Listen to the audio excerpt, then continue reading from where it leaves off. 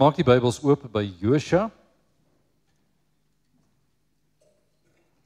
Die volgende klompie geleenthede vanuit Josua. Vandag Josua 1. Die boek Josua, 'n geskiedenisboek, 'n boek wat die geskiedenis van Israel vir ons verhaal, vir ons aantoon hoe Israel by hierdie punt gekom het en hoe die Here met Israel verder stap. Ek raai aan om ook die boek Deuteronomium deur te lees en deur te werk, dat u die geskiedenis agter Josua sien. Deuteronomium staan vir tweede wet.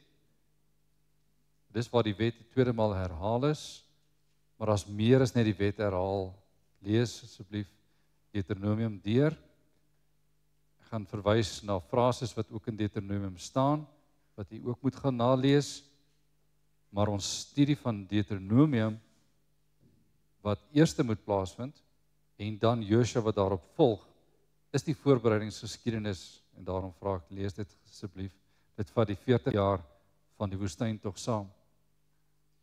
Israel kom na die uittog uit Egipte, nadat hulle deurgetrek het deur die see, kom hulle by die beloofde land se grens.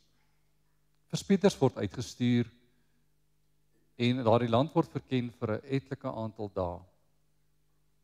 En aan die einde van daardie tydperk kom die verspieders by die punt waar hulle moet vertel wat het gebeur. Wat het hulle gesien? En dit wat hulle gesien het, moet verklaar word in die bewyse. En dan, as die verslag voorgehou word, daardie bekende verslag, word daar vir hulle gegee 'n 10-man verslag en 'n 2-man verslag. Eers die 10-man verslag sê, die land is mooi, die land is goed, maar ons kan die land nie binnetrek nie, dis te gevaarlik, en ons kan dit nie verower nie. En dan die 2-man verslag wat sê, die land is mooi, die land is goed, maar ons kan die land binnetrek. Die 2-man verslag het bestaan uit die verslag van Josua en Caleb. Die naam van hierdie boek wat ons nou lees, is Josua. Nadat die volk geluister het na die 10-man verslag, en die land nie wou binnetrek nie, het die Here sy oordeel uitgespreek oor die 10-man verslag en oor die wat daarna wou luister. En 40 jaar van straf is gegee vir Israel om te wandel en te omswerf in die woestyn, sodat die 10 manne, sowel as die wat na hulle geluister het, sou sterf in daardie 40 jaar. En dan sou oorblyfsel by die land se grens aankom, en dis waar ons nou is.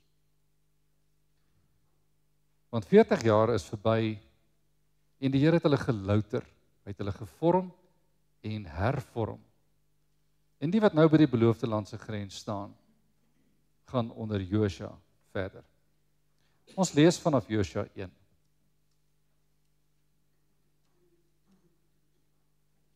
En na die dood van Moses, die knegt van die Here, het die Here met Josua die seun van Nun, die dienaar van Moses, gespreek en gesê, my knegt Moses is dood, maak jou nou dan klaar. Trek deur hierdie Jordaan, jy en hierdie hele volk, na die land wat ek aan hulle, die kinders van Israel, sal gee. Elke plek waar julle voetsool op sal trap, dit gee ek aan julle, soos ek met Moses gespreek het, van die woestyn en hierdie Libanon af, tot by die groot rivier, die Efraatrivier, die hele land van die Hetiete, tot by die groot see, in die weste sal julle grondgebied wees. Niemand sal voor jou stand hou al die dae van jou lewe nie. Soos ek met Moses gewees het, sal ek met jou wees. Ek sal jou nie begewe en jou nie verlaat nie. Wees sterk en volmoed, want jy sal hierdie volk die land laat erwe, wat ek hulle vaders met 'n eed beloof het, om aan hulle te gee. Wees net baie sterk en volmoed, om nougeset te handel volgens die hele wet wat Moses my knegt jou beveel het, wyk daarvan nie regs of links af nie, sodat jy met goeie gevolg kan handel oral waar jy mag gaan. Hierdie wetboek mag nie uit jou mond wyk nie, maar bepeins dit dag en nag, sodat jy nougeset kan handel volgens alles wat daarin geskrywe staan, want dan sal jy in jou weë voorspoedig wees, en dan sal jy met goeie gevolg handel. Het ek jou nie beveel nie?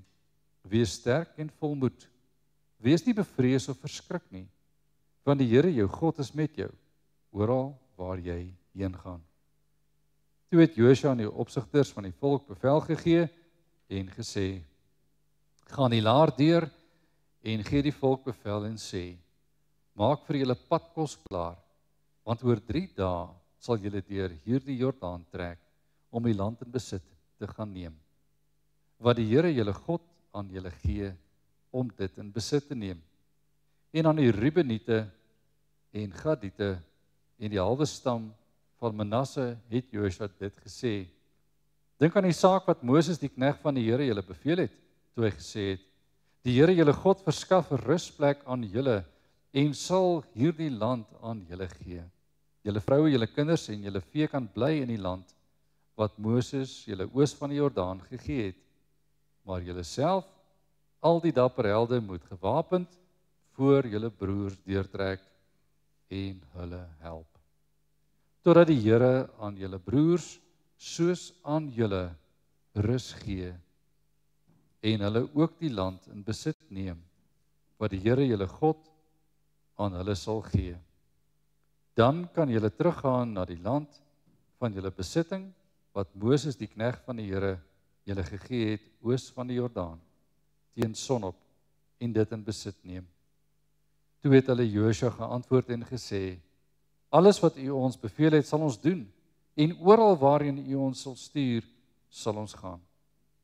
Net soos ons na Moses geluister het, so sal ons luister na u. Mag die Here u God net met u wees soos hy met Moses gewees het. Elke man wat teen u bevel wederstrewig is en na u woorde nie luister met betrekking tot alles wat u ons sal beveel nie, moet gedood word. Wees net sterk en volmoed. Geliefdes in ons Here Jesus Christus, die hele gedeelte sal oorhoofs in behandeling geneem word. Ons staan aan die begin van 'n nuwe jaar. En 'n nuwe jaar is gewoonlik gekenmerk. Elke seisoen het mos maar so 'n gebruik en so die nuwejaars seisoen ook so gebruik. Dat ons vir onsself sê ons het 'n plan vir hierdie jaar. Dis dalk 'n hergeskryfde plan op grond van dit wat ons mee gesukkel het in die vorige jaar. Ons wil dit graag beter doen in hierdie jaar. Ons noem dit sommer 'n voorneme, 'n nuwejaars voorneme. Nou, onlangs moes ek vir iemand vra, nou gaan ons dit net vir 2 dae doen. Want 'n nuwejaars voorneme is 'n baie moeilike ding. Want mense het krag en momentum nodig, jy het baie energie nodig om 'n nuwejaars voorneme te volhou. En die skrywers van gedragskunde, die wetenskap wat dit navors, het al bepaal dat hoe lank neem dit om 'n gebruik of 'n gewoonte vas te maak as deel van jou. 21 agtereenvolgende dae, dieselfde ding oor en oor en oor en oor. En dan begin ons dit vas lê in ons lewe. Nou, die getal 2 is 19 dae kort van vaslegging. En daarom is dit so moeilik om net in die eerste week van die jaar iets te doen en sê, dit gaan bly. Dit moet hou vir daai week, en nog 'n week, en nog 'n week. En as ek daarmee volhard, sal dit bly. Jy weet hoeveel krag het ons as die hele gesin nie saamwerk. Jy weet hoeveel energie het ons as almal nie by die plan bly nie. Dink maar aan die eetplanne. Ons gaan beter eet hierdie jaar. Maar almal eet nie saam nie. Almal eet nie dieselfde resep nie. Ons gaan moeilik die resep volg. Om aan te gaan met 'n plan, het ons nodig dat die plan konstant herinner word. Die plan konstant hersien word en aangepas word sodat ons daarmee kan volhard. En elkeen wat aan hierdie plan moet deel hê, moet die motivering ontvang. En daarom is daar soveel mislukkings met menslike planne. Want jy het altyd iemand nodig om te druk en te stoot en energie te gee en die plan te herbevestig. En daarom maak ons nie langtermynplanne nie. Ons maak baie keer korttermynplanne en ons deel selfs ons korttermynplanne in nog korter. Sodat ons by die klein stukkies kan hou, sodat ons uiteindelik by die langste kan hou. Kan jy hoor waar staan ons as mens, as dit kom by volëinding? Wanneer ons as mens onsself moet ontbloot en sê wie is ons eintlik, wie is ons werklik waar, dan is ons eintlik iemand wat nie kan aanhou nie. Ons is eintlik werklik waar iemand wat nie by planne kan hou nie. Ons sal die plan of verander omdat dit te moeilik is, of ons sal die plan verander oor dit te lank vat. Ons sal die plan moet verander omdat dit nie ons plan is nie, dis iemand anders se plan. Eienaarskap het 'n groot impak op deursettingsvermoë. En kyk maar na die groot korporatiewe stelsels wat suksesvol toegepas is. Hoeveel moet ons buig om die mens by ons plan te kry? En dan slaag ons nog steeds nie daar nie. Wanneer die Here kom met sy groot raadsplan en hy gee dit vir die mensdom, hoe doen hy dit? God se ontvouing van sy raadsplan in hierdie stukkie van die geskiedenis is vir ons kosbaar om raak te sien en waar te neem waar die Here met Israel begin het. Want hier is nou al 'n stuk geskiedenis verby, verlossingsgeskiedenis 40 jaar later.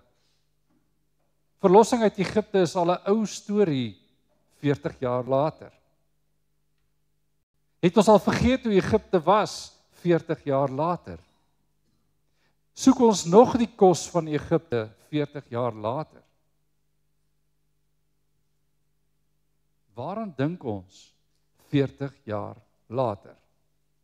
Wat is ons uitgangspunt 40 jaar later? Hierdie gebeur op 'n kritiese tyd in die geskiedenis van Israel. Ons lees aan die einde van Deuteronomium, die man Moses, die profeet van die Here, die een wat hulle gelei het reg deur hierdie woestyntog, is dood. En sy opvolger is nou aangewys. Ons lees vers 1. Vers 1 gee vir ons baie inligting oor wat nou. Vers 1 sê, na die dood van Moses, die knegt van die Here. Wie was Moses? Hy was die Here se knegt. Hy was 'n dienaar van God. Hy was die man van God. Hy was God se leier in die middel van Israel. Hy is dood. Wat gebeur met sterk leiers wat sterf? As hulle opvolgers nie in hulle spore stap nie? Hoe lyk die opkomende geslag se navolging van die wil van die Here? Wanneer hierdie geestelike leier, hy kan dien as 'n koning, want hy het soos die rigters regeer, hy het gesê, so sê die Here, dis 'n profetiese klank, maar hy het gestap voor die volk uit in diens van God. So na die dood van Moses, die knegt van die Here, het die Here met Josua, die seun van Nun, die dienaar van Moses, gespreek. Na die dood van Moses, 'n dienaar van Moses. Na die dood van Moses, 'n dienaar van Moses. Kyk mooi hoe die Here dit werk. Hy gaan leierskap gee, en hy gaan seker maak dat die volgende persoon 'n dienaar was van die leier wat die Here gevolg het. En wanneer die leierskap so belyn word, het ons in ons tyd en dag 'n baie goeie voorbeeld van hoe kry ons leierskap hervestig? Hoe kry ons opvolging hervestig? Ons maak seker, ons gaan kies nie vars en nuut nie, maar ons gaan kies uit die bekende, die wat reeds weet waarheen ons stap. En nou het ons die geskiedenis van Josua gehoor. Josua was een van die 12 wat verspied het. Josua was een van die wat standpunt ingeneem het vir die Here teen die leuen. Josua was een van die manne wat 'n geloofstandpunt gehad het en gesê het ons kan, want die Here sal. En dis daardie standpunt wat in Josua en as jy Caleb lees, sal jy agterkom wanneer die land verower word, is Caleb nog steeds soos hy was as die tweede getuie van God se wil. En hy kry ook 'n prominente plek in die beloofde land. Wanneer Josua, 'n man van God, die opvolgwerk moet doen, is dit belangrik dat die Here besluit het wie is volgende. En daar's nog 'n merkwaardige saak oor die naam Josua. Hy is nie net die seun van Nun nie, maar sy naam beteken in die Hebreëse taal die Here red. Die Here verlos. Sy naam beteken die Here verlos. Blaai vorentoe na die Nuwe Testament en maak oop by Matteus 1 vers 21 en jy lees die vers en jy moet hom Jesus noem, want dit is hy wat sy volk van hulle sondes sal verlos. Ons het gekyk na die reeks rondom Johannes 1. Wie is Jesus? Hy is die lam van God wat die wêreld van hulle sondes sal verlos. Jesus beteken God verlos. Die Griekse woord Jesus. Die Hebreëse woord Josua. Die Hebreëse woord beteken, wat Afrikaans vertaal word as Josua, beteken ook die Here verlos. Is dit bloot toevallig dat die Here iemand met so 'n naam kies? By die Here is daar nie toeval nie. By die Here is daar nie toeval nie. Hy kies 'n man na sy wil. Hy kies ook 'n man wat sal lei en die verlossingswerk wat Moses die eerste aanskouer van was. Want jy sal onthou Moses, die man deur God gered uit die water, seker gemaak dat hy verwerp word, hervorm word en gestuur word as die een wat wys dat die Here red. En is in daardie spore wat die Here die volgende een plaas. Want die Here bly red. En hier is die fokus. Wanneer die Here, en dis die tema, wanneer die Here die verlossingsplan wys, sê hy, so lyk my leierskap. So lyk my leierskap. My leierskap is gevestig in my, deur my en tot my. My leierskap, en ek herhaal, is gevestig deur my, in my. Dan moet die krag kom nie van die Josua af nie, maar van die gewer van die naam Josua. Dis waarin sy naam wys. Erkenning word gegee aan die gewer. En dis die Here wat elke woord, en jy sal die woord nou baie hoor in hierdie teks, wees sterk en volmoed.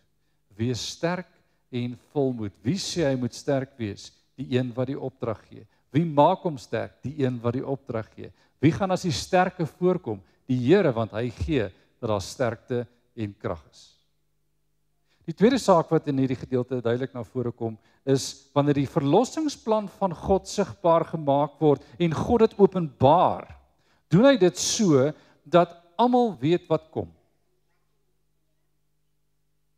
Hy doen dit so dat almal weet wat gaan gebeur. Kyk na vers 2. Die Here sê, trek deur hierdie Jordaan. Hier's die pad. Hierdeur. Ons gaan deur die Jordaan trek. En dan gaan julle stap. Julle is op die voete, reeds op die voete. En as antieke gebruik, waar eiendom oorgedra is, en die een wat die eiendom ontvang, moet die eiendom bewandel. Jou voete moet trap op die plek wat jy besit. Dis 'n antieke gebruik gewees. En hierdie antieke gebruik weer klink in hierdie woorde. Want raai wat? Hy wat al reeds op hierdie grond getrap het, Abraham, is gesê, daar waar jy loop, sal jy hulle besit. Jakob het weer daar gaan loop. Daar waar jy loop, sal jy hulle besit. En nou gaan julle hierdeur en julle gaan hier stap en julle sal besit. Wat sê die Here? Hy sê dis vas. Julle gaan hierdeur. Dis die pad. Waar gaan julle loop? Daar gaan julle loop. Oral waar julle loop, gaan julle besit. Dan maak hy dit nog meer vas. Vers 3, elke plek waar julle voetsool trap, dit gee ek aan julle. Van waar af? Vers 4 sê van woestyn, van die Libanon tot by die groot rivier. Nou, dis die suidegrens wat eers beskryf word. Die grens aan die onderkant van die land, gaan jy op tot by die grens van die bokant. Die groot rivier, die Eufraatrivier, is altyd daai noordelike grens wat bedoel word as die naam Eufraat daar staan, en aan die land van die Hetiete, en tot by die groot see in die weste sal julle grondgebied wees. Dan word gepraat van die ooste kant tot by die weste kant. So wat sê die Here? Daar is 'n plek geografies. Daar's 'n kaart wat jy kan teken en die kaart bestaan vandag nog. Israel se grondgebied het deur die loop van die tyd verander. Maar die Here het gesê daardie gebied sal julle sin wees. As jy die gedeelte in Deuteronomium lees, sal jy agterkom daar was 'n oorlog gewees toe Israel by Moab verbytrek. Toe kom hulle by 'n gedeelte waar daar 2 konings regeer het aan die ooste kant van die Jordaan. Dis die eerste gedeelte wat jy gekry het. En daardie konings is verslaan deur die mag van die Here. En ons het in die laaste gedeelte gelees dat hier mense was as 3 stamme genoem. Jy sal sien een van die stamme is Manasse. Dis die seun van Josef. Was so geweldige groot stam dat die Here vir hulle uiteindelik 2 gedeeltes gegee het as grondgebied. 'n Halwe stam van Manasse aan die een kant en die ander helfte aan die ander kant. Van wat? Van die rivier. Die rivier, die Jordaanrivier, en as jy die kaart vat, en ek wil raai tog doen dit, blaai agter in die Bybel, en dan kyk jy na die kaart van Israel. Jy kyk na die kaart van Israel, en ek gaan hom probeer teken so in my geestesoog. Ek het nou nie vir jy 'n prentjie van hom vandag nie, ek sal vir jy 'n prentjie daarvan bring. Maar wanneer ons kyk na die kaart van Israel, en ons kyk na die bokant van die kaart, dan sal jy sien daar so 'n blou kol. Later van tyd word dit die see van Galilea. En dan is daar so 'n blou lyntjie wat reg van bo af na onder toe loop. Dis die Jordaanrivier. So heel bo sien ons die see van Galilea en die water wat afloop is die Jordaanrivier en hy loop uit in die Soutsee of bekend as die Dooie See.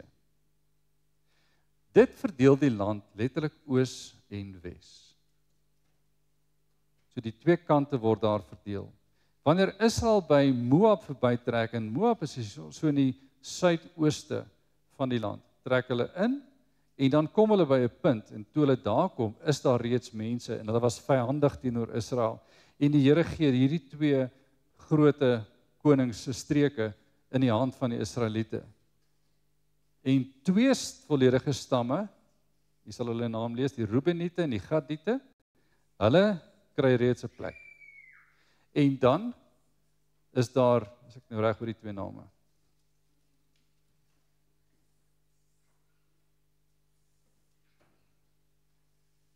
Ek kom terug na dit toe. Maar 2 volledige stamme en dan die stam van Manasse, die helfte daarvan het reeds aan daardie kant van die rivier gekom. En die Here sê, los al julle vee daar, julle vroue en kinders kan daar bly. Maar die weerbare manne moet saamtrek en die res van die land gaan verower. So 'n gedeelte is reeds aan die ooste kant van die rivier gegee en hierdie ooste kant van die rivier is reeds eiendom van Israel. Daar's reeds vrede, daar is reeds eienaarskap. Maar die res van die land is nog nie verower nie. Dit is waaroor die res van Josua tot by 13 gaan en inteendeel nog verder tot hier in die 20s waar daar gedeeltes is wat nie verower was nie, maar wat nog in besit moes geneem word. Maar die belangrike tweede saak wat ons moet raak sien, nie net is die Here met sy verlossingsplan besig om te sê wie gaan julle leier wees nie. Maar hy sê vir hulle waar gaan julle bly? Wat julle gaan verower is reeds besluit. Nie deur Moses nie. Nie die Abraham of Isak nie. Glad nie deur Moses nie. Hy was maar die profeet. Ook nie deur Josua is besluit dis die gebied nie. God self het besluit. En dis baie belangrik om dit te sien. Wanneer die Here die verlossingsplan bekend maak vir Israel, reeds in Egipte se dae het hy gesê, hier gaan dit nie so aanhou werk nie. En die Here bring die verlossing, dis ook sy werk alleen. Die derde saak, sien ons vanaf vers 7. En is seker die grondleggingste van die hele saak, wanneer ons sien die metode wat die Here volg, om motivering daar te hou, om kontinuïteit daar te behou, en 'n uiteindelike saak te bereik wat hy wil. Vers 7 lees, wees sterk, wees net baie sterk en volmoed, om nougeset te handel volgens die hele wet, wat Moses my knegt jou beveel het. Wyk daarvan nie links of regs af nie, sodat jy met goeie gevolg kan handel oral waar jy mag gaan. En dit wil ek jy aanraai. Lees deur Deuteronomium vanaf hoofstuk 1. En gaan soek die frase waar die Here sê, hou my wet. Moenie daarvan links en regs afwyk nie. Met ander woorde, moenie 'n ander pad volg nie. Moenie 'n ander interpretasie soek nie. Hoor wat my wet sê, doen wat my wet sê. Luister wat my wet sê.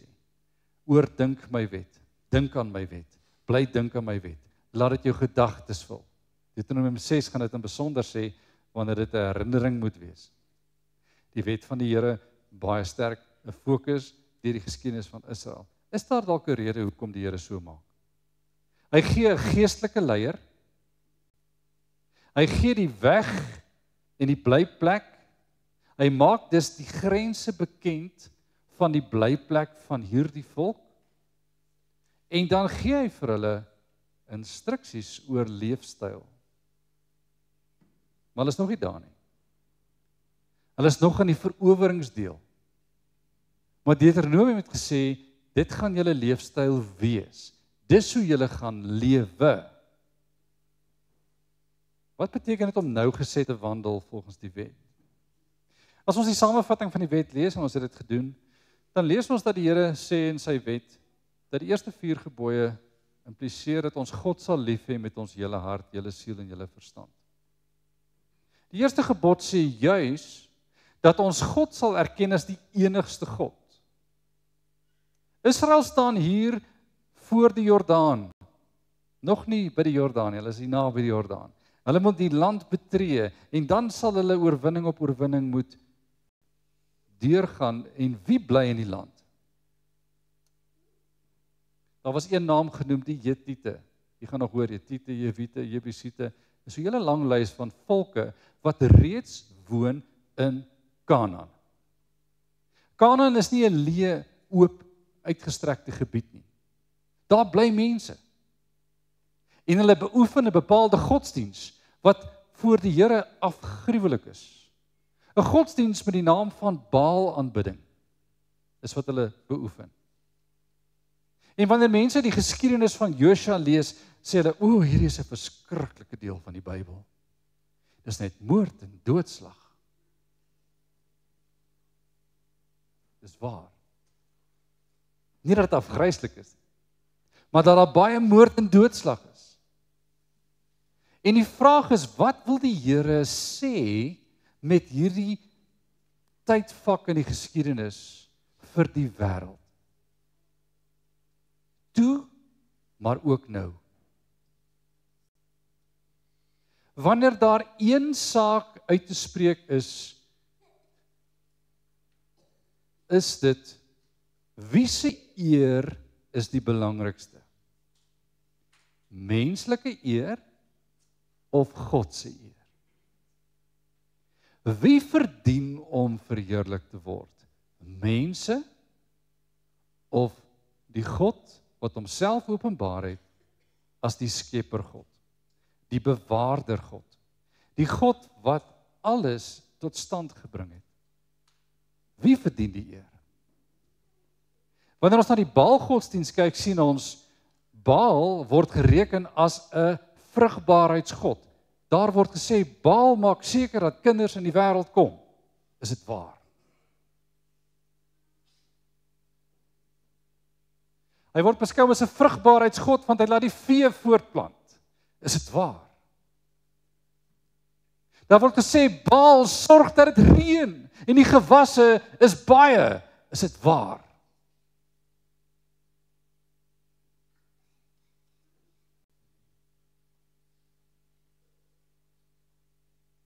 Dit vat ons nie lank om deur die Bybel te blaai, om te sien wat die Here sê oor afgoderry nie. En as ons kyk na 'n houer wat volgemaak word met water, en ons gooi water en water, en ons sien hy kom nou naby aan die bokant, en ons gooi nog 'n druppeltjie, en nog 'n druppeltjie, en nog 'n druppeltjie, en dan sien ons daai oppervlakspanning is nou regtig op sy eindpunt. En ons gooi nog 1 druppeltjie. En ons sien daai water begin uitloop. Dan weet ons hy's vol. Nee, hy's nou oorvol. En hierdie prentjie moet vir ons iets sê van God se genade. Want hy sê vroeër in die geskiedenis dat die volke wat tans woon in die land Kanaan se sondes is nog nie vol nie. Met ander woorde, hulle straf is nog nie reg vir voltrekking nie. Hoor mooi wat doen die Here. Die God van die Ou Testament is die genadigste God wat bestaan in die heelal. En vandag word gesê, hy's al 'n wrede God. Hy is die genadigste God, want vir hoeveel jaar is hy bewus van die afgoderry van Baal godsdiens in die land Kanaan en hy laat hulle lewe. Hy laat hulle bly bestaan. Hy laat hulle bly aanbid. Hy bring Israel naby aan hulle. Maar hy laat eers Egipte se oordeel oor afgoderry rigbaar word voor Kanaan dit kry. So laat eers hoor, God het die songod Ra bestraf. God het die afgoderry van Farao is God bestraf. En menige ander afgoderry wat die 10 plaae verteenwoordig. Is sigbaar bewys in die rimpelings van God se oordeel. Het van Egipte na Kanaan toe oorgespoel. Blaai na Jerigo, die verspieders wat by Rahab aankom. Kyk wat sê sy as 'n inwoner in Kanaan oor God se boodskap wat van Egipte af deurgekom het. En wat ons nou hoor, julle is op pad, want God is op pad. Waarom? Want sy is 'n begenadigde. Sy is een wat gaan oorleef. Sy is een wat die verspieders beskerm het. Sy is een wat erkenning gegee het dat die Here van hemel en aarde, die God van Israel, die God is wat bestaan. En sy het genade gekry. Hoekom? Sy was aan gaaf. Sy het God verheerlik.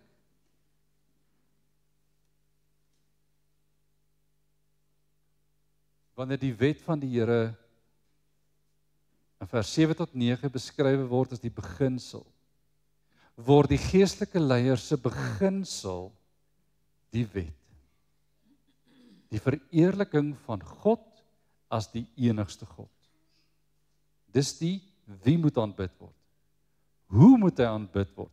Op die wyse wat die Here gee, geen afgoderry nie. Die tweede gebod sou 'n refrein wees reg deur die skrif, en daar het ons God verlaat deur ander gode in die plek van hierdie God te plaas, en hy word nie meer verheerlik nie. Ons gebruik sy naam, maar hy word nie verheerlik nie. En die tyd wat hy vir ons gegee het, gebruik ons nie meer nie. Kanaan het 'n voorbeeld geword van 'n oordeelsdag. En elke slag moet in hierdie raampie plaas. Het die tyd nou gekom by volledigheid waar die Here 'n tydelike oordeel oor 'n deel van hierdie wêreld gee, sodat almal die getuies kan wees dat God genadig is, want nie almal sterf nie, net hierdie stad. Nie almal gaan dood nie, net hierdie streek. En die Here vervang duisternis met lig. En daar is 'n groot boodskap hierin. Wanneer die Here sy verlossingsplan gee, is hy daarmee besig. Met nuwe leierskap, God se leierskap. 'n Uitgewerkte plan, dis die plek, dis die pad, dis die gebied. En dan laastens, dat die Here sê, geloofsgehoorsaamheid is die sleutel. My wil moet geskied. Julle mag nie afwyk links of regs nie. Leiers, julle mag nie afwyk links of regs nie. Moeders, julle mag nie afwyk links of regs nie. Kinders, julle mag nie afwyk links of regs nie. Volksgenote, julle mag nie afwyk links of regs nie.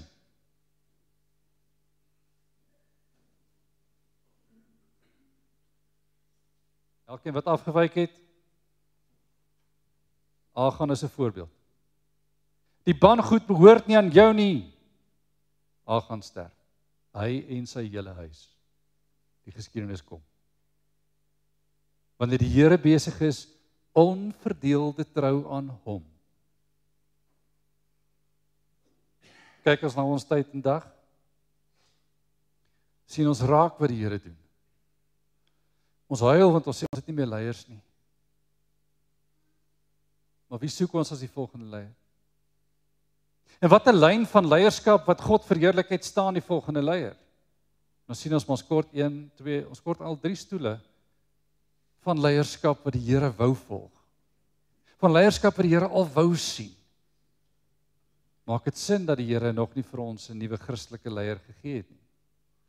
Want daar is net nie Christen eienskappe sigbaar nie. Is hy met ons genadig? Hy is. Hoe lyk die verlossingsweg wat die Israeliete ontvang teenoor die wat ons ontvang? As Christelike kerk in die Nuwe Testamentiese era in die 21ste eeu waarin ek vandag leef, het ons nog steeds in hierdie nuwe jaar dieselfde verlossingsplan wat gegee was vir Josua. Die prentjie lyk so 'n bietjie anders. Hulle moet nog deur die rivier. Hulle moet nog die land binne. Hulle moet nog sien hoe God oorwin. Hulle moet nog sien hoe hierdie volk agteruit gaan in die rigterstyd. Hulle moet nog sien hoe hulle in ballingskap weggevoer word. Hulle moet sien hoe hulle weer terugkom. Hulle moet nog sien dat in al hierdie tyd van verlossing is die Here nog steeds besig met die Here red. Josua, die Here red. Rigters, die Here red. Konings, na Samuel, die Here red.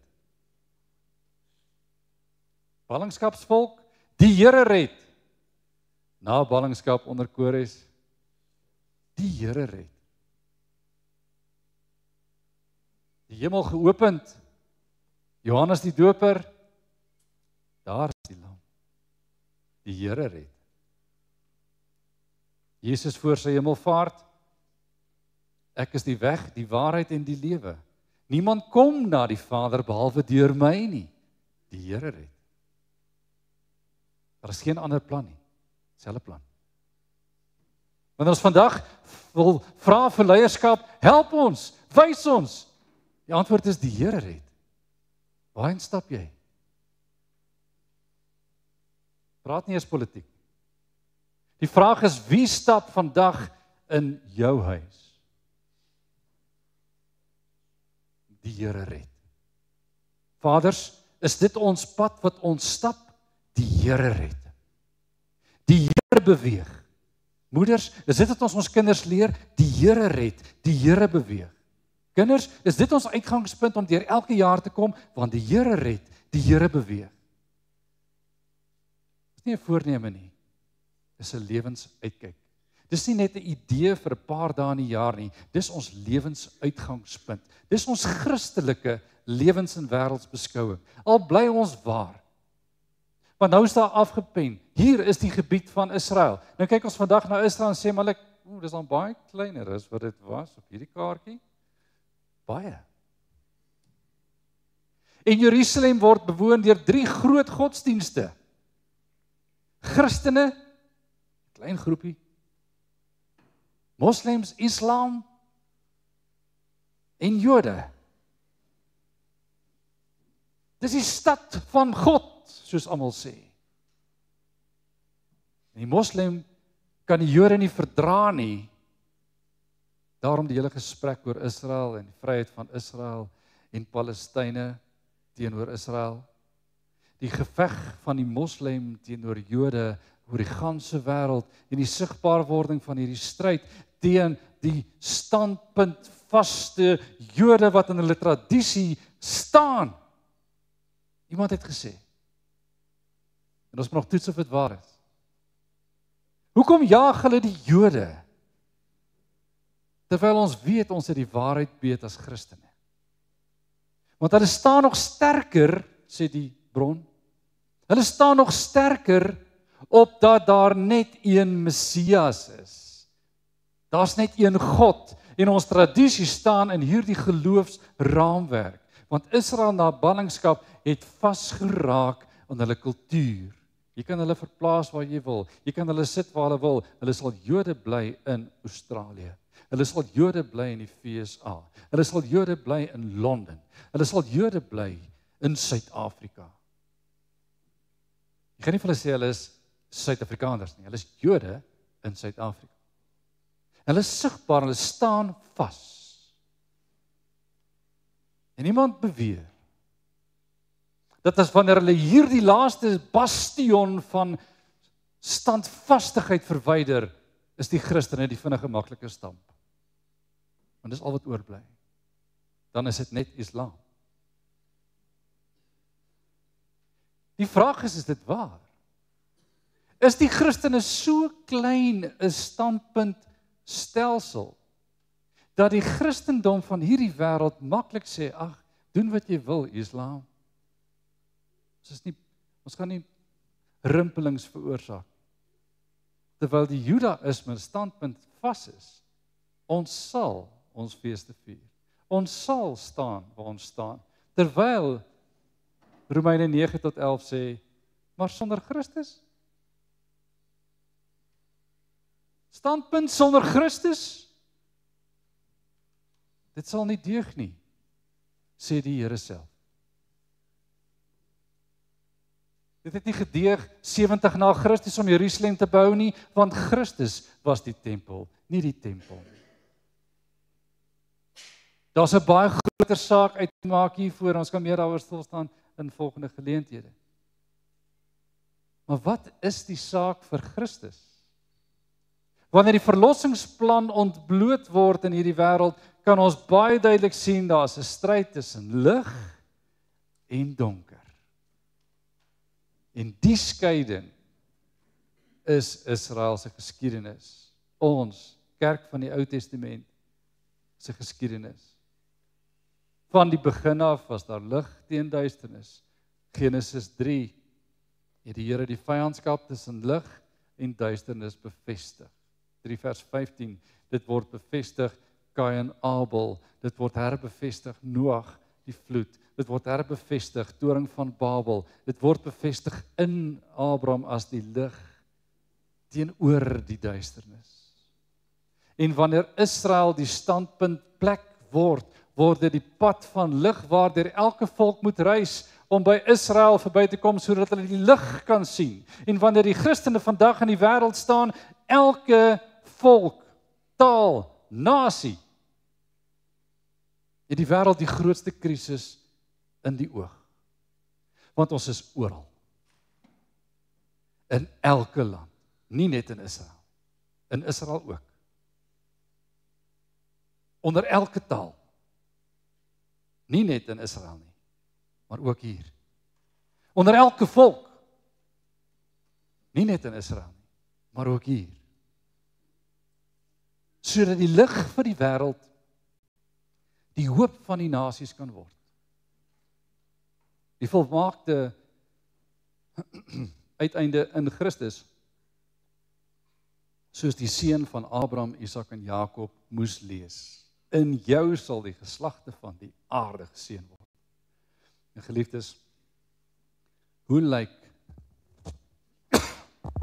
lyk hierdie verlossingsplan? Hierdie verlossingsplan is omvattend. Israel is besig met die inleiding. In Christus het ons die volëinding. Israel moet 'n beloofde land kry, ons sal die ewigheid sien. Ons is nie besig met aardse grense nie, maar met Christus se verheerlikingsplan. Mag sy naam verheerlik word in die volëindingsplan van God as deel van sy verlossingsplan vir nou. Aan hom die eer. Amen. Ons bid saam.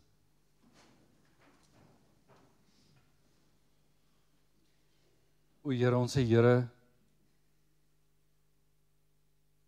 wanneer ons kyk na hierdie gedeelte as 'n geweldige saak vir getuienis in 'n wêreld wat op losse skroewe probeer staan, dan verstaan ons, Here, waarom U die fondament in U wil geplaas het.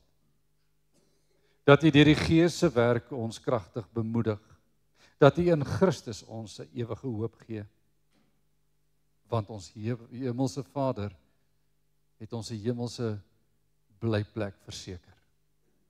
En dis in hierdie blyplek versekering wat ons wandel oor hierdie ganse wêreld. Waar ons nou woon en waar ons eendag sal woon. Waar ons voorgeslagte moes besef, ons moet trek. En die Here steeds gedoen het, daar waar hulle moes gaan. En so die landskap verander oor die ganse wêreld. Maar U is steeds in beheer. Dankie vir U goedheid en U genade. Dankie vir U nabyheid en U troos. Dankie dat ons weet U is teenwoordig en U is naby. Laat U wil geskied in ons midde, in Jesus naam. Amen.